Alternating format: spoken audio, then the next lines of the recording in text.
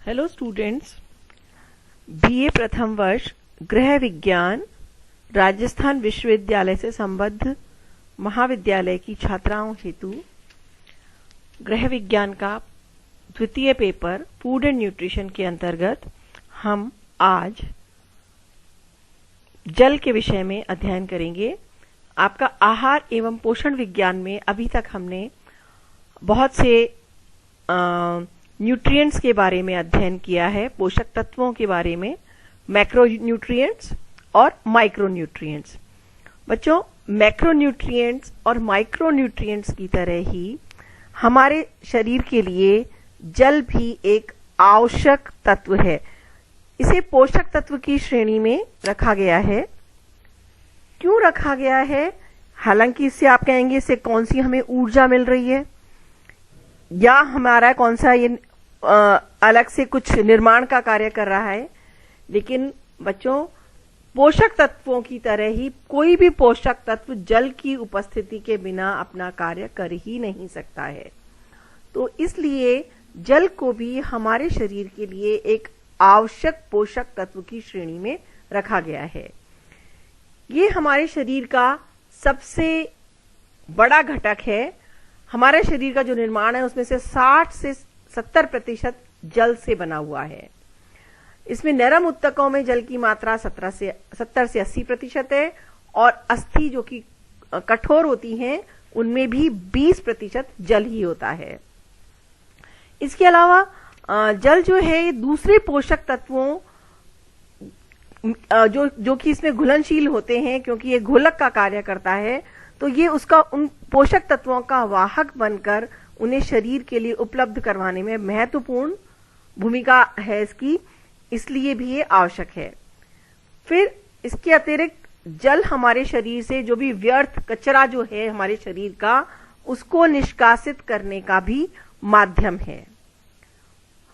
इसके अतिरिक्त ये हमारे शरीर के तापमान का भी नियमन करता है। हमारा शरीर का तापमान बहुत अधिक ना हो या बहुत कम ना हो, इसके नियमन के लिए भी जल आवश्यक होता है। और देखा जाए तो ये हमारे शरीर की प्रत्येक कोशिका, जो कि हमारी शरीर की सूक्ष्मतम इकाई है, हर कोशिका के लिए जल की आवश्यकता होती है। इसीलिए जल को इतना महत्वपूर्ण पोषक तत्व का दर्जा दिया गया है।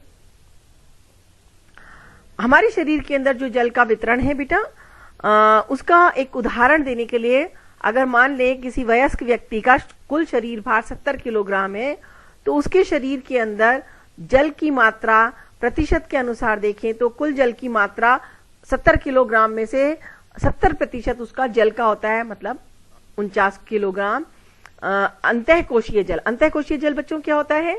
कोशिकाओं के बीच में जो जल भरा हुआ होता है, के अंदर जो जल भरा होता है, वो शरीर भार का 50% होता है, मतलब 45 किलोग्राम तो हमारी कोशिकाओं के अंदर समाया हुआ है। और बाह्य कोशिकीय जल, मतलब जो कोशिका के अंदर नहीं है उसके आसपास है, वो 20% होता है, मतलब 14 किलोग्राम। उत्तक तरल क्या होता है बेटा? ये जो बाह्य कोशिकीय तरल है उसी का ये अंश हो गया उत्तक तरल। उत्तक मतलब कोशिकाओं के बीच में कोशिकाओं का समूह मिलकर उत्तक बनाता है, ठीक है ना। तो कोशिकाओं के बाहर जो उत्तक के अंदर भरा हुआ जल है वो 9% होता है, ये मतलब 6 लीटर के करीब होता है। लसिका क्या होती है बच्चों? आप लोगों ने पहले पढ़ा हुआ होगा सामान्य विज्ञान में भी कि लसिका वो होती है जो अपने रक्त से, जब हमारा रक्त पूरे शरीर में विभिन्न कोशिकाओं को पोषक तत्व, ऑक्सीजन वगैरह की आपूर्ति करता है, तो इसे रक्त वाहिकाओं से बाहर निकल के उत्तकों के बीच में उसका जो प्लाज्मा होता है, रक्त का प्लाविका, वो निकलकर बाहर आ जाती है और उत्तक के तरल के बीच में, उत्तक तरल के रूप में अवस्थित रहती है। और उसमें से फिर प्रत्येक कोशिका अपनी आवश्यकता अनुसार पोषक तत्व और ऑक्सीजन लेती है और व्यर्थ पदार्थ को छोड़ती है। ये जो लसिका होती है बेटा, ये जो उत्तक में भर जाती है, ये उत्तक तरल जब होता है, ये उत्तक तरल में से अधिकांश तो वापस रक्त वाहिका में चला जाता है, लेकिन कुछ हिस्सा छूट जाता है। जो ये कुछ हिस्सा छूट जाता है, ये लसिका के रूप में शरीर में, संपूर्ण शरीर के अंदर लसिका के रूप में होता है। लसिका वाहिनियां अलग से एक और वाहिकाओं का जाल पूरे शरीर में फैला हुआ है, उन लसिका वाहिनी के अंदर प्रवेश कर जाता है और ये लसिका वाहिनी वापस सारे उत्तक तरल को एकत्र करके लसिका के वाहिनी के माध्यम से वापस रक्त के अंदर पहुंचाने का कार्य करती है। तो इस लसिका वाहिनी में जो है ये बाह्य कोशीय तरल 7% होता है और हमारे रक्त के प्लाज्मा में ये लगभग 4% होता है, मतलब 3 लीटर के करीब होता है। अब जल के कार्य हम देखें, सब पोषक तत्वों के कार्य हमने पढ़े हैं तो जल का भी देखेंगे। तो जल के कार्य जो हैं ये बहुत ही महत्वपूर्ण कार्य करता है। ये हमारे शरीर में पोषण और दिनचर्या संबंधी सभी क्रियाओं के लिए ये बहुत आवश्यक होता है। हमारे भोजन का पाचन पाचक रसों की वजह से होता है। अवशोषण के लिए जब ये घुल जाएगा तभी इसका अवशोषण हो पाएगा। इसका उपापचयन होने में भी, मतलब हमारे शरीर के अंदर जो इसका उपापचयन होगा उसके अंदर भी जितनी भी रासायनिक क्रियाएं होती हैं उन सब में जल की उपस्थिति बहुत महत्वपूर्ण होती है। इसलिए इसे कहा जाता है कि ये इसके बिना पाचन अवशोषण वगैरह संभव ही नहीं है। फिर दूसरा कार्य है, ये हमारे शरीर के लिए निर्माणात्मक कार्य भी करता है। ये हमारे शरीर की सबसे लघुतम इकाई कोशिका जो होती है उसके निर्माण के लिए जल का होना आवश्यक होता है। जल के प्रत्येक कोश, तंतु और उत्तकों में जल उपस्थित रहता है। कुछ तंतुओं में हालांकि जल की मात्रा कम होती है, कुछ में ज्यादा होती है, लेकिन सब में उपस्थित होती है ना।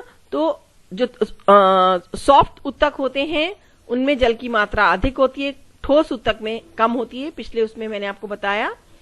तो ये उनके निर्माण के लिए किसी भी शरीर, आप सोचिए अपनी एक बिल्डिंग भी नहीं बन सकती बिना पानी के, है ना। तो हमारा शरीर भी एक बिल्डिंग है, जो कि हमारे शरीर की ईंटें क्या है, शरीर के अंदर कोशिकाएं, और कोशिकाओं का निर्माण किससे हुआ, जल से।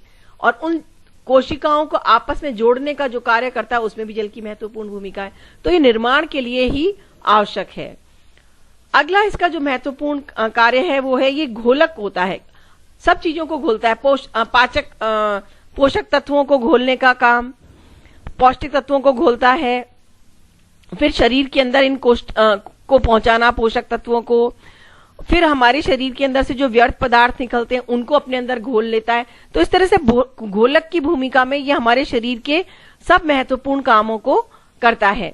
जैसे हमारे शरीर का हम भोजन ग्रहण करते हैं तो अपना भोजन जो होता है मुंह के अंदर जब हम उसको चबाते हैं तो वो बिल्कुल गीला हो जाता है। अगर अपन सूखा भोजन भी ले रहे हो, सूखा प्रतीत होने वाला भी ले रहे हो, तब भी हो जाता है गीला। तो किससे होता है, लार की वजह से। लार के अंदर क्या है, जल है।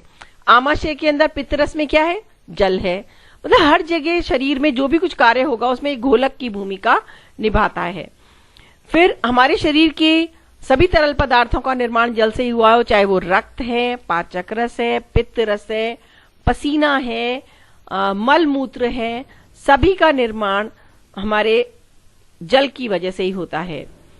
ये हमारे शरीर में सब बहुत महत्वपूर्ण कार्य है इसका। ये हमारे शरीर के तापमान को स्थिर बनाए रखने में महत्वपूर्ण भूमिका निभाता है।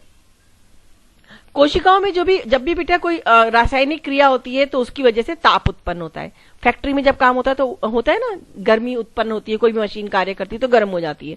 तो हमारी कोशिका भी फैक्ट्री है, वो भी मशीन है। तो उसके अंदर जब भी कोई क्रिया होती है, रासायनिक क्रिया, तो ताप उत्पन्न होता है।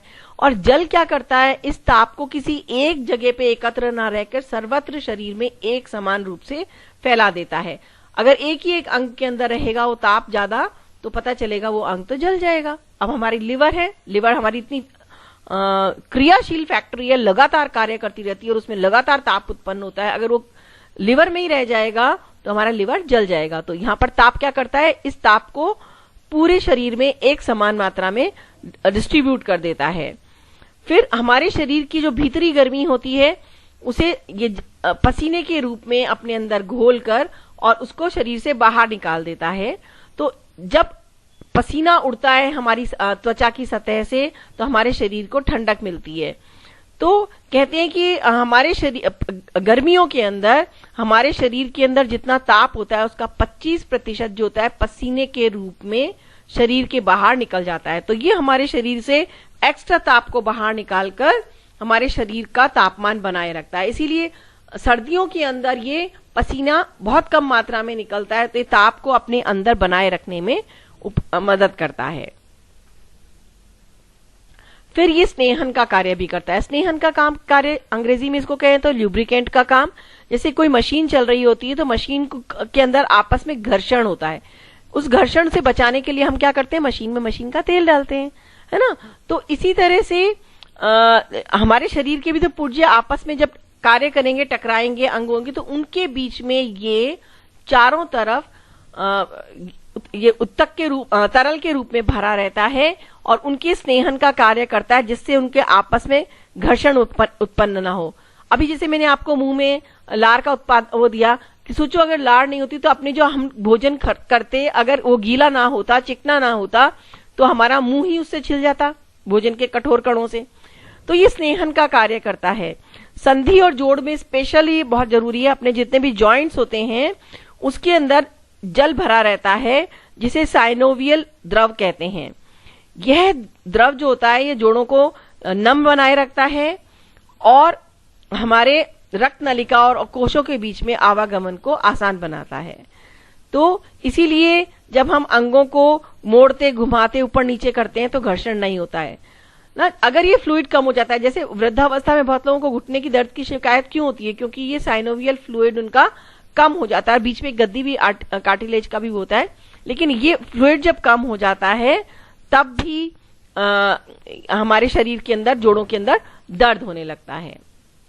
फिर हमारा रक्त जो कि हमारा शरीर का, हमारे संपूर्ण शरीर का हमारा जीवन रक्त के ऊपर आधारित है, उसका 80% भाग जल ही होता है। और ये जल है, इसी वजह से ये आराम से सर्कुलेशन करता रहता है, घूमता रहता है। अगर ये ठोस होता तो घूमता कैसे।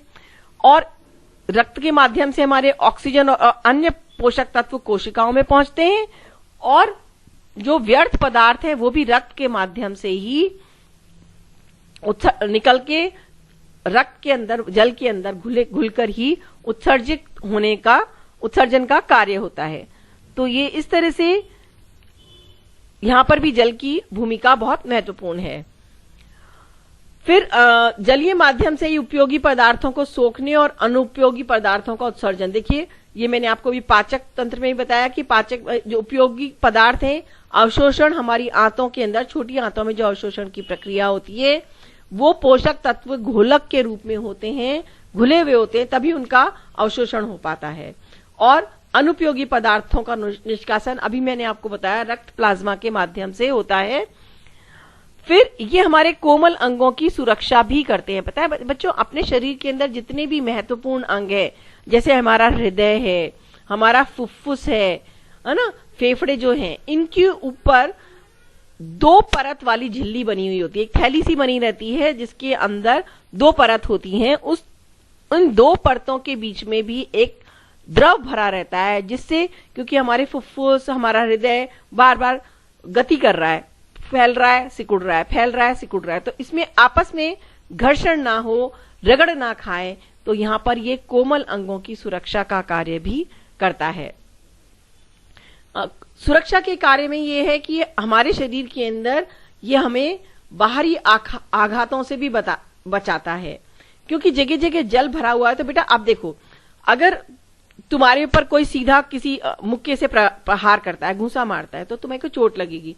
तुम बीच में कोई एक पानी की थैली लगा लो अपने शरीर के पास में, और उसके ऊपर कोई मुक्का मारेगा तो तुम्हारे शरीर को आघात कम लगेगा। सिंपल सी चीज है। ठीक इसी तरह से हमारे शरीर के अंदर विभिन्न अंगों के अंदर, क्योंकि ये कुशन का काम करता है, तो ये हमें बाहर के आघातों से बचाता है। और ये इसकी भूमिका बहुत महत्वपूर्ण हो जाती है रीढ़ की हड्डी और मस्तिष्क के कोमल तंतु, क्योंकि उनमें जरा सा भी आघात लगे तो बहुत जबरदस्त नुकसान हो सकता है। तो उनके चारों तरफ एक तरल भरा रहता है, जिसे हम प्रमस्तिष्क मेरु तरल कहते हैं, सेरिब्रोस्पाइनल फ्लूइड करते हैं। तो ये इन कोमल अंगों की रक्षा करता है। फिर ये हमारे शरीर के व्यर्थ पदार्थों को मल, मूत्र और पसीने के माध्यम से बाहर निकालने में मदद करता है। इसके अलावा आपको ध्यान है, अभी हमने पिछली उसमें पढ़ा था कक्षा में कि फ्लोराइड का स्रोत क्या है? जल है। तो जल की तरह ही बहुत से खनिज लवण हैं जो हमारे फ्लोरीन की तरह ही, फ्लोराइड की तरह हमारे शरीर बहुत से खनिज लवण हैं जो पानी के अंदर घुले होते हैं। Sodium, potassium, fluorine, iodine, calcium वगैरह। आपको बताया था आयोडीन भी समुद्र के पास जो होते हैं उसके जल के अंदर उपस्थित होता है। तो ये जल के माध्यम से स्वतः ही शरीर को प्राप्त हो जाते हैं। ठीक है बच्चों, अब हमारे शरीर को जल कहां कहां से मिलता है? आप कहोगे मैम हम पानी पीते हैं उससे जल मिलता है। नहीं बच्चों, पानी पीने के अलावा हम जितने भी तरल पदार्थ लेते हैं, चाहे वो दूध हो, दही हो, छाछ हो, जूस हो, ये सब भी, चाय है, ये भी हमारे शरीर को जल पहुंचा रहे हैं। ठीक है ना, ये तो आपको क्लियर है। ठोस भोज्य पदार्थ जो होते हैं उसके अंदर भी जल विद्यमान होता है। ठोस पदार्थों में मैंने आगे की उसमें दे रखा है कि हमारे गेहूं वगैरह जो बिल्कुल सूखे नजर आते हैं उनके अंदर भी काफी मात्रा में जल उपस्थित होता है। जैसे आगे की उसमें मैं बताऊंगी आपको। कहते हैं सेम जो होती है, सेम की फली जो होती है देखने में ठोस दिखती है लेकिन उसके अंदर 85% जल की मात्रा होती है। इसके अलावा एक और स्रोत जिसके बारे में हम नहीं जानते हैं वो है ऑक्सीकरण की प्रक्रिया। हमारे शरीर के अंदर जब उपापचयन होता है, उपापचयन के बाद ऊर्जा उत्पन्न करने में ऑक्सीकरण की प्रक्रिया होती है। तो उस ऑक्सीकरण की प्रक्रिया से भी हमारे शरीर के अंदर जल उत्पन्न होता है। ये नीचे मैंने आपको चार्ट में दे रखा है, बॉक्स में दे रखा है कि जब 1 ग्राम कार्बोज का ऑक्सीकरण होता है तो कितना जल प्राप्त होता है, प्रोटीन में कितना होता है, वसा के ऑक्सीकरण में कितना होता है। सबसे ज्यादा ऑक्सीकरण हो रहा है जल का, वसा से हमको मिलता है, हमारे शरीर को जल मिलता है। ये देखिए विभिन्न भोज्य पदार्थों में जल की उपस्थित मात्रा, ये मैंने आपको यहाँ पर, आप अपना वीडियो को रोक लीजिए, इसमें समझाने के लिए कुछ नहीं है और इसको नोट कर लीजिए। बस आपको मैंने ये इसलिए दिखाया है स्लाइड के अंदर कि आप ये समझें कि अपन लोग जिन चीजों को ठोस मानते हैं, बाजरा, जौ, मक्का, अनाज वगैरह, इनके अंदर भी कुछ मात्रा के अंदर जल होता है। हमारे जितने भी भोज्य पदार्थ होता है सब में किसी में कम किसी में ज्यादा जल जरूर उपस्थित होता है। तो आप इसको नोट कर लीजिएगा बच्चों। अब देखो हरे पत्तेदार सब्जियों में कितनी अधिक है जल की मात्रा। चौलाई का साग में 90% है, बथुए में 89% है। तो इस तरह से हम देख सकते हैं। और अगर किसी को वजन कम करना हो तो इन चीजों में जिनमें जल की मात्रा अधिक है उसका सेवन।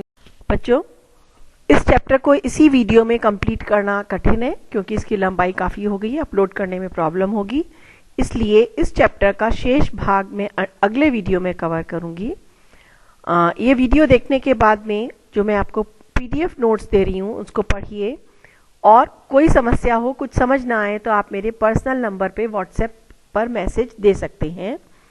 राजकीय कन्या महाविद्यालय चौमू की छात्राएं जो हैं इस वीडियो को देखने के बाद नीचे कमेंट बॉक्स में अपना नाम, कक्षा और सेक्शन अवश्य लिख दें जिससे मैं आपके अटेंडेंस मार्क कर सकूं। आप सभी लोग इस चैनल को अभी तक अगर आपने सब्सक्राइब नहीं किया है तो सब्सक्राइब कर दीजिए, जिससे जब भी मैं कोई नया वीडियो डालूंगी आप लोगों को तुरंत उसकी सूचना प्राप्त हो जाएगी। ओके बच्चों, इस चैप्टर का शेष भाग अगले वीडियो में करेंगे। Okay bye.